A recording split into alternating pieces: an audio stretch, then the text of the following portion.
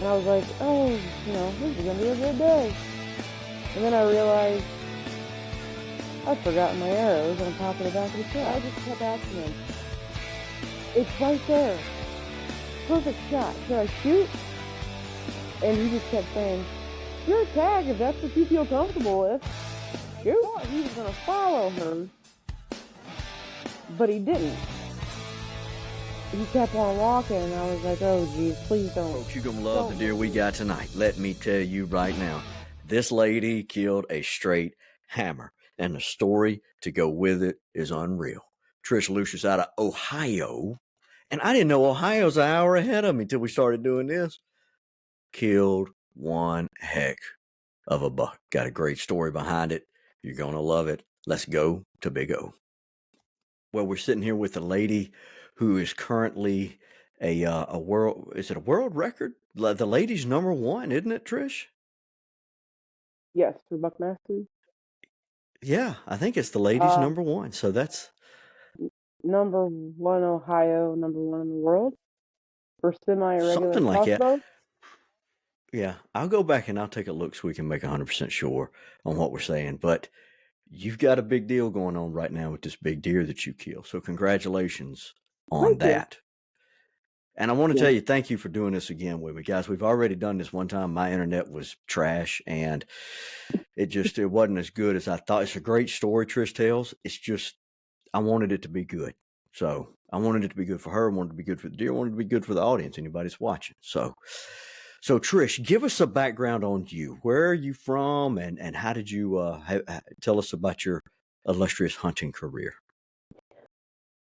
I am originally from Cary, Ohio, and I now live in Upper Sandusky, Ohio, which is like, okay, I live 6 miles from town.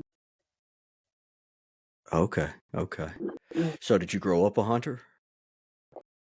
No. My dad and my brother did. They hunted with a lot, like a big group of guys. And I remember being little, they would all come back to my dad's garage and they would hang deer in there. And I would run out there, and I'd poke them and touch them and whatnot. I was never asked to hunt because it was all men.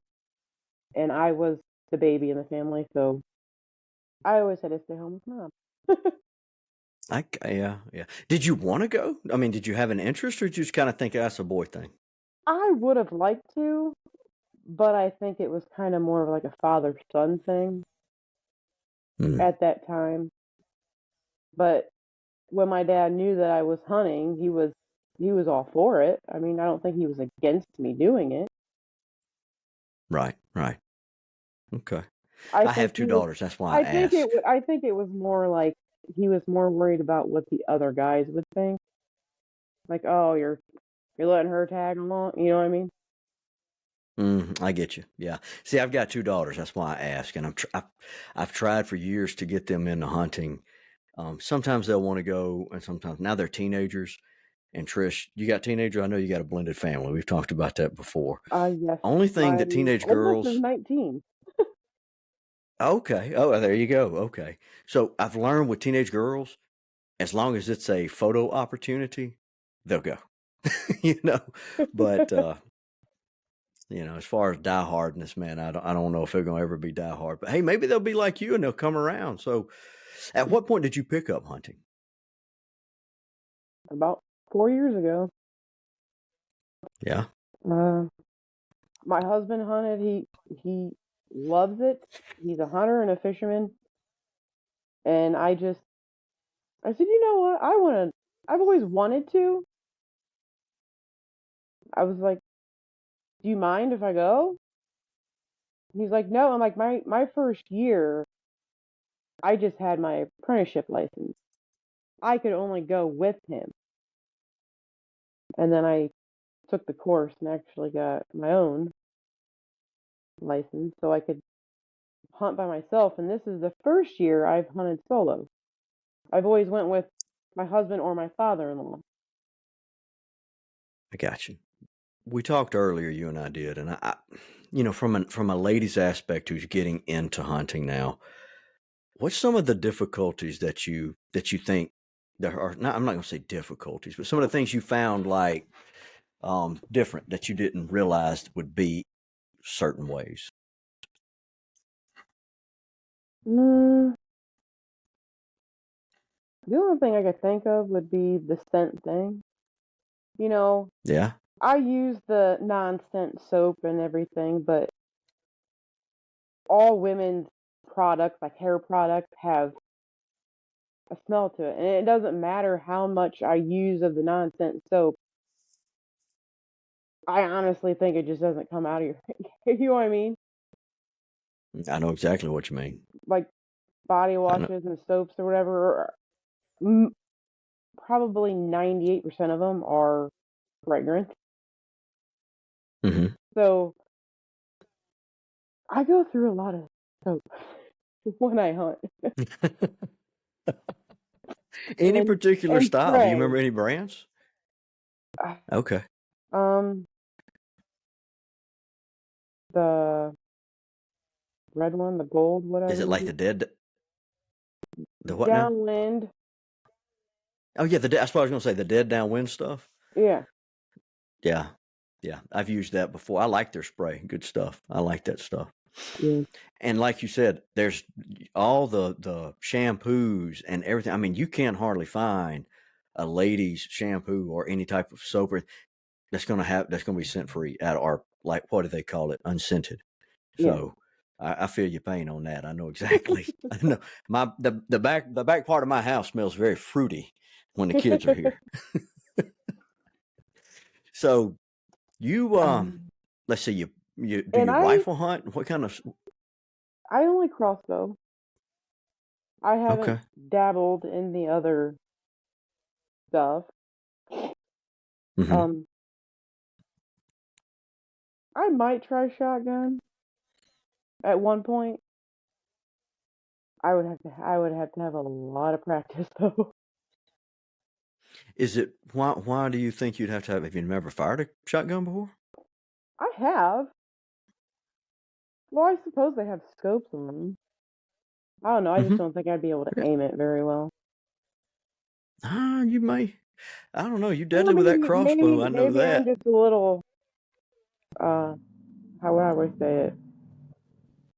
Intimidated by the kickback of it. Oh yeah, yeah. I can understand that too. I can definitely understand that. That the Because I recoil. know a lot Uh. of the calibers or whatever are different. You know, like Hmm. Hmm. I don't know. But then Yeah. that would Well, mean I'd have to buy one. that's right. I could That's get right. You'd lucky. have to buy one. So, do you like crossbow hunting? I mean, like, was it hard to get into, or did you kind of take to the crossbow as soon as you started? I did fairly well from the beginning. Hmm. All right. What kind do you use? Killer instinct. Yeah. I You love like that the killer instinct? burner 415, Hmm. I believe. Yeah. Okay. All right. And you've been pretty deadly with it? Yeah. How many deer you think you've killed? 3. Okay. So This three this including this this big one? one was my third one. Oh my God. See, I was trying to lead you toward, I didn't realize you'd only killed 3 total. I thought you'd probably been a doe slayer, No. but you've only killed. Um my first one was a spike buck I shot on Halloween. Hmm. And I don't know. I could probably send you the video, but it's actually kind of funny. He videoed me tracking it, and then when I finally saw it, I go, "Oh, there it is!" And I take off running. I was so excited just to get that little one. And then the day after Christmas the same year, I shot my doe. 10 minutes after he shot his, Hmm. and then for 2 years, I never got to use my tag. I've Oh had man. How opportunities, about that? but I knew on camera there was bigger ones, and I was trying to be patient and hold out. and I passed up a lot that I just never ended up getting one by the end of the season. How about that? Until this year. Correct. And girl, you showed out. And you made up for lost time. I know that. So let's go ahead and get into that story. Tell us the story of your deer. I asked him if he wanted to hunt that day, and he said, "No, you can. You don't work tonight. I just shot a doe yesterday night." He's like, "You go." I was like, "Okay, I'll go." Loaded my stuff up, went and picked the kids up from school, got them home, immediately hopped in the truck. I had my scent crusher bag going on the way there as I was driving there. So when I got there, I just threw all my stuff, sprayed down really good, headed back down the lane. And I was like, oh, this is going to be a good day. And then I realized I forgot my arrows on top of the back of the truck. So I had to turn around and walk all the way back to the truck. And then at that point, I was like, this isn't going to be a good hunt. But I'm here anyway. I'm just going to go back. And I got back there. I got settled in and zipped all the windows. And I was sitting there for the longest time. I didn't see anything. And then this little 6-point comes in. And I'm texting my husband. I'd always text him and say, like, there's a 6-point in front of me. There's a doe in front of me. And I just kept asking him, it's right there. Perfect shot. Should I shoot? And he just kept saying, it's your tag if that's what you feel comfortable with. Shoot. And I was like, why? I don't know. I know there's bigger ones back here. But between work and the kids and mom life and whatnot, I don't necessarily get to go out as much as he does. So I'm just kind of like, man, I ate my tag for 2 years. Like, should I just shoot and get it and get one? And I probably debated for like a half an hour whether or not to shoot that. And I'm so glad I didn't, because about 45 minutes or so later, I was sitting there and I was just kind of like looking down and around. And all of a sudden I turn and I see this monster rack, and I'm like, I grab my binoculars and I'm like looking, and I'm like, oh, that's Brutus. Oh my God. And I immediately threw I got my rangefinder out, I'm like, oh, okay, well, I know this opening that we cut, a shooting lane, a wider shooting lane, because that's where he was coming in on trail camera at night. I knew that was like 35 yards or so at the beginning of the opening. And he came walking up. In the meantime, a doe comes in front of me, and she's just kind of standing there. She was there for a while. And he took his time coming. And I'm like freaking out. She walked out to the opening that we made. And by then, he's like meeting her right there. They stand there for a couple minutes. And then she turns around, comes back in. And I thought he was going to follow her, but he didn't. He kept on walking, and I was like, oh, geez, please don't leave. You're so close. Don't leave. I don't think I would be a good enough shooter to get one while they're walking. I don't even know if that's possible, but I don't even know if I would try. But anyway, he passes that and comes in through trees, making all kinds of noise. And he comes in from my left, And that's the way the wind was blowing, and I was like, oh my gosh, he's gonna smell me.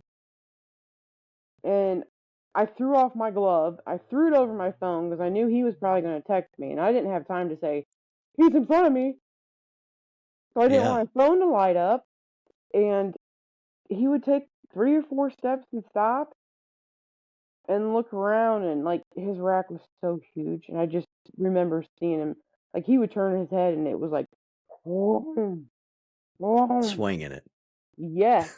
And then he would take 3 or 4 more steps and stop, and then he would watch the doe, and she just stood there looking around, you know. I don't know if he was using her like to make sure it was okay, Yeah. but I was like, okay, he's gonna walk again and he's probably gonna stop. I'm gonna be ready. I lift my bow up and I put it on my shooting stick, and I'm looking through my scope and I have it on him the whole time. He takes probably like 3 steps, and he just happens to be in between 2 trees wide enough. They're like 3 feet apart. Yeah. And I'm like shaking big time, and I'm trying to like not move my bow so much, and 20-yard shot, and I aimed in the lung area, got him. Mm-hmm. I heard the whack, he kicked up his back legs, Mm-hmm. and he took off to the right. The doe took off, and at that time, I'm like out of breath and shaking, and I'm trying to like text him, like and I couldn't even get it out because my hands were trembling, and I was like, at this point, I'm just gonna call him, and I called Mm-hmm. him and I said, I just shot Brutus because that's what we named him, Yeah. and he was like, are you serious? I said, yes. And then all he said was, do not leave that blind. I said, okay, I won't. He goes, I'm serious. You stay in there till I get back there. He goes, I already got the trailer hooked up. All I gotta do is drive the 4-wheeler on and strap it down, and I will be there. And it took him like forever. It was probably like 40, 45 minutes to get there. And you stayed in that stand the whole time? Yes, not gonna lie. I peeked my head out the window to see if I could see anything. Shoot, girl, I'd have run down there, looked, and then run back and made like I stayed in the stand. I couldn't have done it. I I don't think I could have didn't. done it. I didn't want to take a chance of jumping him if it wasn't a good shot. Yeah. I Good understand what he thinking. was saying, but yeah, I was, and I kept calling him, how close are you? How close are you? And he must have called my brother, because then my brother calls me and he was like, I'm on my way. I told you if you ever got that big one, I'm going to be there. And he did. He had family photos, and they were out to eat, and they had just ordered their food, and he looked at his wife, threw his debit card on the table, and says, I gotta go. He just left. Yes, That is hilarious. they must have met at the front of the lane because they came back together. My brother drove his truck back. My husband drove the 4-wheeler back, and I'm coming out of the blind when I see his headlights coming down, and he was like, Trish, do you know what you did? I was like, yeah. At the time I was like, shot a bigger fuck, Yeah. And we got flashlights out and started looking. My husband actually found my arrow, and there wasn't much blood on it. And I was like, oh, please tell me I didn't miss him. Please. And he was like, no, there's blood, but there's not a whole lot. So I don't know where you hit him at. My brother looks at me and goes, do you think you made a good shot? And I said, yeah. He goes, well, where do you think you hit him? I go, if I had to guess, I'd say the long area. Mhm. And We probably walked into the woods about 20, 25 yards before we even started to see any blood. And it was just, a couple drops here, a couple drops there. And we kept walking, and my husband's like, well, I know on camera, he's the way he's coming in, he's got to be going out this way. So he took off and started looking that way, and he's the one that actually found the big blood. And I was like, oh, okay. And I start following him, and my brother was so excited. He like bolted past me, tripping over logs. He was so excited. And it got to be where it was like puddles, like all gobs of blood. And my husband actually looks up and he's like, there he is. He was like, oh, I get up there, I'm like, holy smokes. That looks like a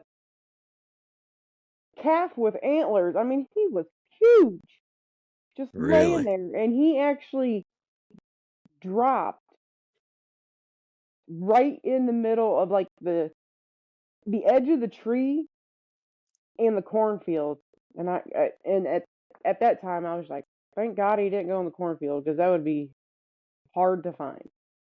Yeah, it'd have been hard tracking. That would have Yes, been hard tracking for sure. but Mm.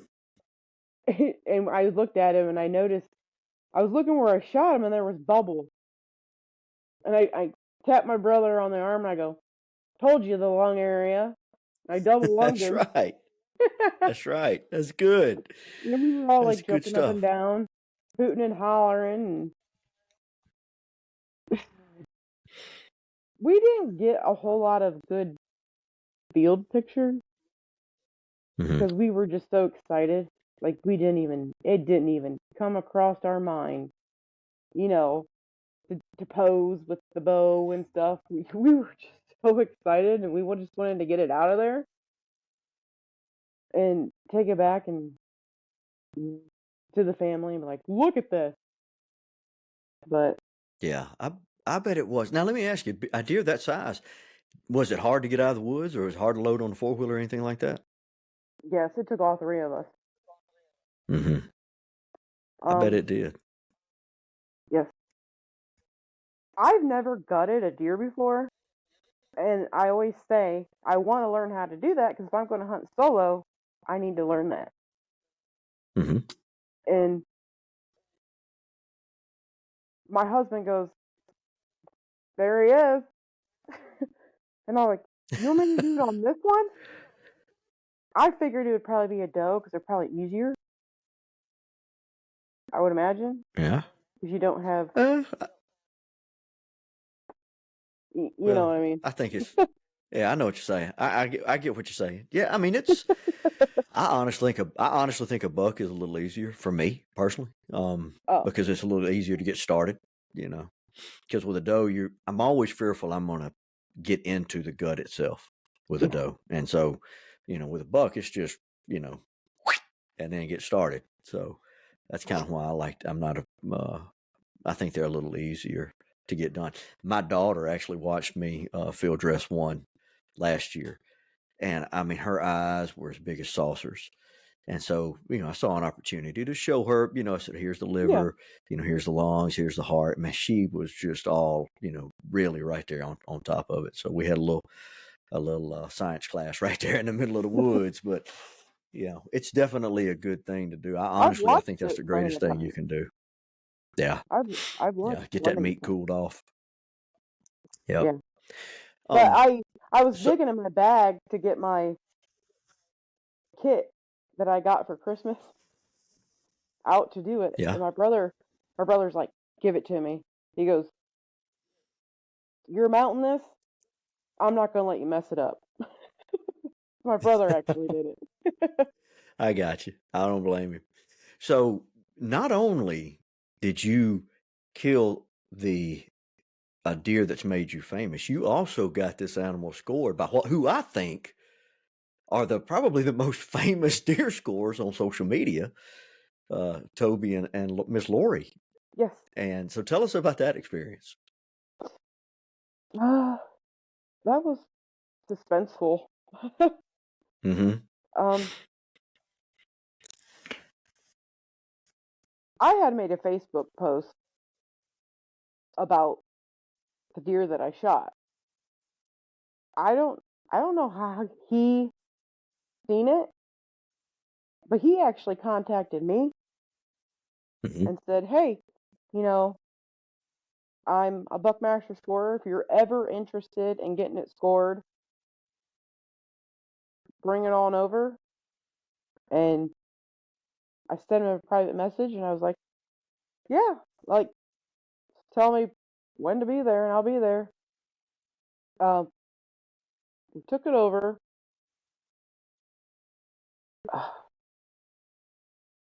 He was kind of explaining to me like how they do it, Mm-hmm. and then Lori did it because she's the women's, obviously. But I was standing there and I was watching, and he was writing it down as she was saying it. And then she actually gave the paper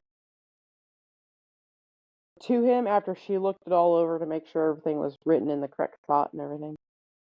He added it all up. She didn't do it because she was like, "I don't want to know until you know." He added it all up, and I'm just kind of sitting there, at their house, and they have all kinds of mounts, and it's just beautiful. And I'm just kind of like in Yeah. awe looking around, like, wow, you know? And he gets up from the table and he doesn't say anything to me. He he tells my husband, he goes, "We're gonna let these ladies sit here for a minute." He goes, "Me and you, we're gonna go outside and have a little talk." And I'm just kind of like, "What what's going on?" And they were out there 5, 10 minutes. In the meantime, Lori goes, "Follow me," and she takes me into the next room, and she's like, "What shirt size do you wear?" I'm like, "Extra large or whatever." And she hands me this shirt, and I thought she was just giving me like a Buckmaster shirt. I didn't even bother to read it. I just kind of like threw it over my shoulder, and she's like, "Oh no, honey, you need to put that on." I'm like, "Okay," I put it over my sweatshirt. And like I said, I saw it said Buckmaster, but I Mm-hmm. didn't look at the very bottom, I guess. And she was like, "Well, have a seat out here beside me, and we're at this table." And the two guys come in, and he was like, "If it's okay with you, um, can we do a little video?" And I'm like, "Sure." I had no clue what was going on. And it wasn't until the video, after, you know, Lori asking me the story and finding out how they scored it, what different categories and stuff. It Mm-hmm. wasn't till the very end she told me the score, and then she told me about the number one Ohio, number one in the world for women's, and like I believe she said fourth for men and women overall. I think so. But in the I don't know if you could tell in the video, I actually started crying, and I was trying not to cry on the video. So I'm just kind of like one single-handedly wiping tears, and I kind of Mm-hmm. didn't say a whole lot towards the very end of the video, and the video shut off, and I looked over at my husband sitting there, and I'm just kind of like, holy crap! can you believe it? And he looks at me and he's like, I told you back at the field, you don't know what you just did. Yeah. Because I just kept saying, yeah, I got a big buck, He was like, no. Him and my brother both were like, do you know what you just did? And to me, I was just, yeah, I got the big guy that was on our camera. And that's why he was like, do you know what you just did? I was like, I think I finally realized what I did. Yeah. Was it like a feel like in just an overall feeling of accomplishment? Is that what got you kind of a little bit emotional, you think? Uh, yeah. Um, for Yeah, being because it's a my special thing. being my first year hunting, you know, I thought, uh, I'm probably gonna see stuff, but I don't have him whispering in my ear of, you know, Hmm. do this. Hey, watch over here. To get that big of a buck on my own is pretty cool. It is very cool. It is very, very cool. I'm gonna tell you. So, Lori came up uh, and scored it. Toby and Lori both, and they came up with 210 on the button. Yes. That's that's crazy. And I'm gonna read the statistics on the deer when we get finished on the ending. Some of the things that she posted about the measurements. Main beams are incredible. I No, mean, when you get main beams like what that one has, that's how you get 210. So she kept picking it that's up good and she stuff. was like, I can't believe how heavy they are. Yeah. They're heavy. Have you weighed them? I've often wondered how much I something haven't like that weighed them, weighs. but they are heavy. Because I Yeah, was actually wondering, I was like, we're gonna have to like put that on the wall good. absolutely. Or get a pedestal where it sits on the sits on the ground. You It's should look at heavy. that. Yeah, you need to look up pedestal mount ideas because they are absolutely stunning. You know, when a person that puts them together, it's a whole scene. It looks great. Yeah, I've often said if I just when go ahead. Toby took my picture, he was like, pinch him down here so I can get a picture of the whole front without your hand in the way. And I'm like, and it's like going forward. I go, it's heavy. I can't. I gotta grab it. Yeah, yeah. So, how you handling all this fame here lately? I'm sure, like I told you earlier, I was scared I was bothering you because I know everybody's been beating down your door. So, how's it been um, lately? eh, that's okay. I mean, I probably It's kind of, have probably at least 2 or 3 phone calls a day from people wanting to do interviews. are you serious? Yeah, and newspapers wanting to do Hmm. articles. Everybody, send me some pictures. Send me some pictures. Which I don't mind. I mean, pretty cool. Well, I told our girl, the ladies we work with, I'm interviewing a lady, killed this, that, and they had 100 questions. How'd she get into hunting? How'd she do this? How'd she do that? How'd she do this? And I'm like, you really this interested? I've never even known you guys to even be, well, it's different. It's a lady this time. So yeah, it's pretty special. It's pretty big. Yeah, You've done something. I did hear the hunting community, like, they're, I don't know how to explain it. Kids and women, more people are interested for some reason. I don't know. Because it's new. Um, guys that do it, and you see a guy, and it's just like, it's a dude, whatever. But you see a lady, you see a kid, we get fired up for that, because Yeah, that's how we grow. That's how we grow hunting. We find a different market. We tap into a market that we haven't tapped into much, and it's great. I love to see ladies and young kids get in there and have fun with it, and then to be successful like you did, and what you said, my first year hunting, and you went by yourself. And you made this that girl that got me. I'm like, I get that. I can understand that for sure. Yes. So, how's work? They giving you a hard time at work? No. Um,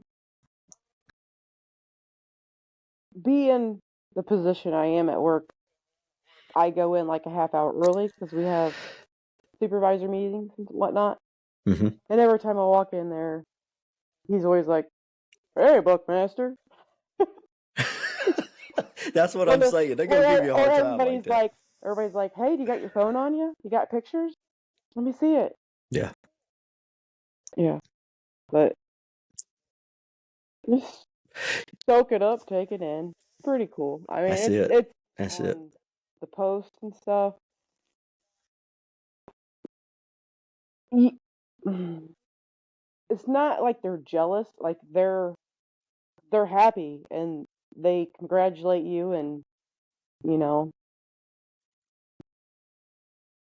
it's amazing how people support and realize That's your good. accomplishment. And because everybody would tell me like, "Oh, you're gonna have some haters," which I haven't really experienced much of that. That's good. Everyone's pretty much been nice, Yeah, happy. and that's the way it should be. That's the way it should be. And the people who, if anybody does say anything, just try to drive through it, because it's just they are just like what you said. They're jealous. They've never done anything like this, and they just Yeah, don't worry about that stuff, because yeah. And if anybody does it, it'll be a keyboard warrior. Nobody will be that way to your face. They're gonna be a keyboard warrior. So just brush that mess off anyway.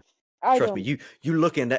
You looking at the guy that gets a lot of hate. So I know how to handle that. I know how to handle that stuff. I don't comment. I just pretty much in general just thank everyone and leave it at that. Because Yeah. there's Yeah. so many likes, so many comments. I can't get to everybody, but I Yeah. want everybody to know that I do appreciate it.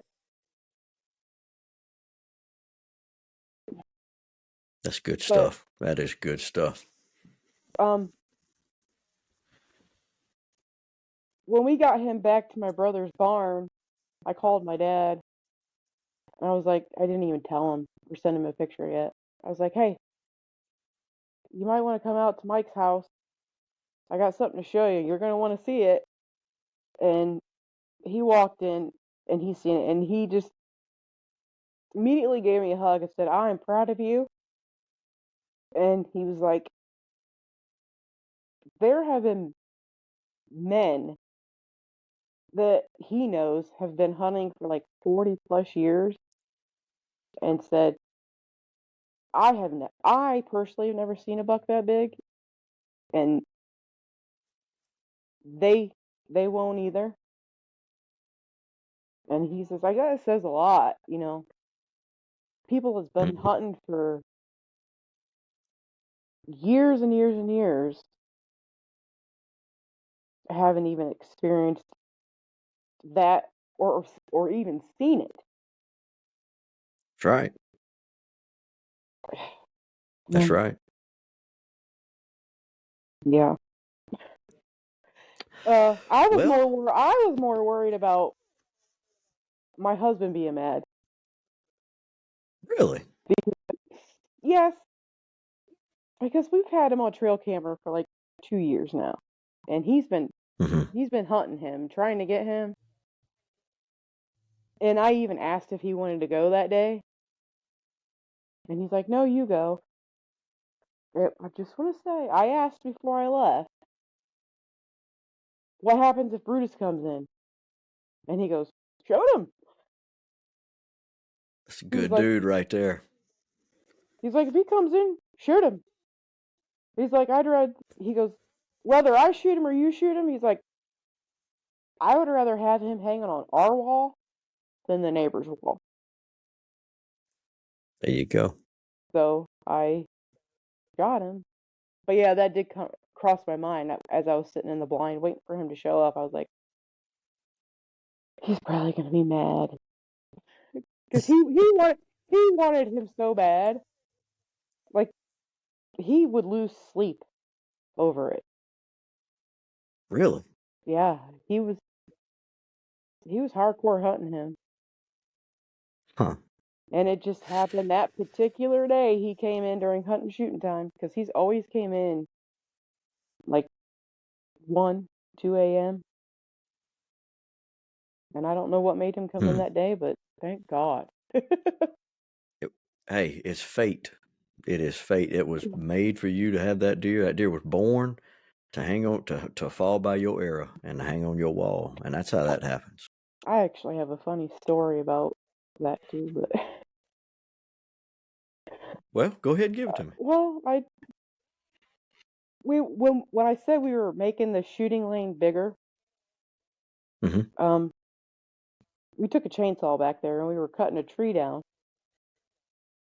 and we were kind of like redneck style on it. He cut it, and I would push on it so it would fall the way we wanted it to, and Mm-hmm. not back on us. But he's left-handed, so he was sawing this way, and I was standing on his right-hand side. And when Mm-hmm. it came up and broke away from the tree, it caught my shirt sleeve and Mm. uh, cut my arm with the chainsaw.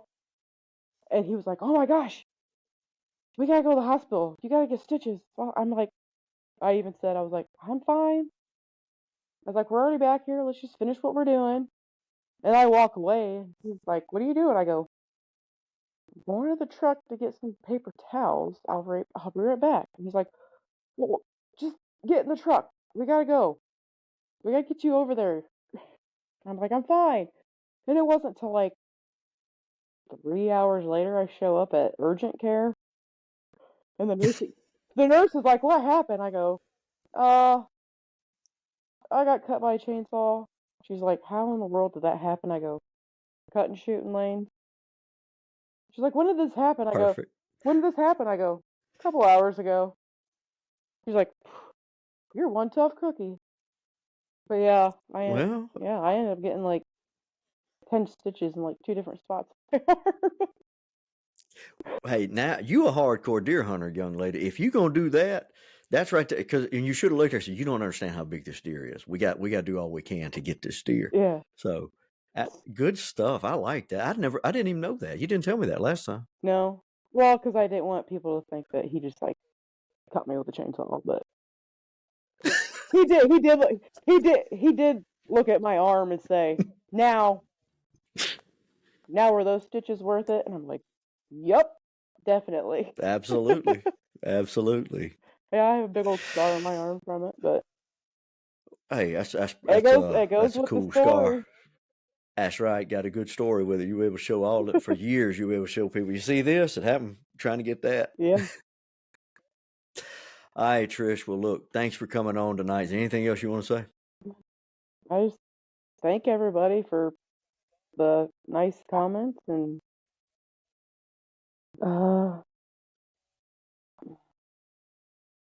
and the love and support. And I hope everyone has a good Folks, I season. told you I was going to tell you about this deer and the measurements on it. Toby Hughes measured it. Go follow him and Miss Lori on social media, Facebook. I'm telling you, he's got to be the most social media, the most famous deer scorer on social media today. Toby's steadily knocking him. When I became a Buckmaster scorer, my goal was to put more deer in the record book than anybody else until I saw what Toby was doing and realized I'll never catch him. There's no way this dude scores more record book deer than I've ever seen. So here's some of the measurements on Trisha's deer. It's a 17 scoreable points, 5x5 main frame with 18 and 6/8 inches of abnormal points or irregular points, you'd say. Now here's the thing that 28-inch plus main beams. When you get main beams like that, that's how you get a deer to get 210. 20 and 4/8 inch inside spread. This Central Ohio buck named Brutus hits the Buckmaster's BTR record book as the number 4 crossbow in the semi-regular category with 9.8 inches of percentage of irregularity. In the women's category, it is the number 1 in the world. Congratulations, Trish. Thanks for coming back, guys. Again, we had some technical difficulties the first time, second time. We got a good one. And thank you for watching this far. My name is Greg Hicks. This is the Antlers and Hicks podcast. And as always, I'm encouraging you guys to live your life past 20 yards. We'll see you next time.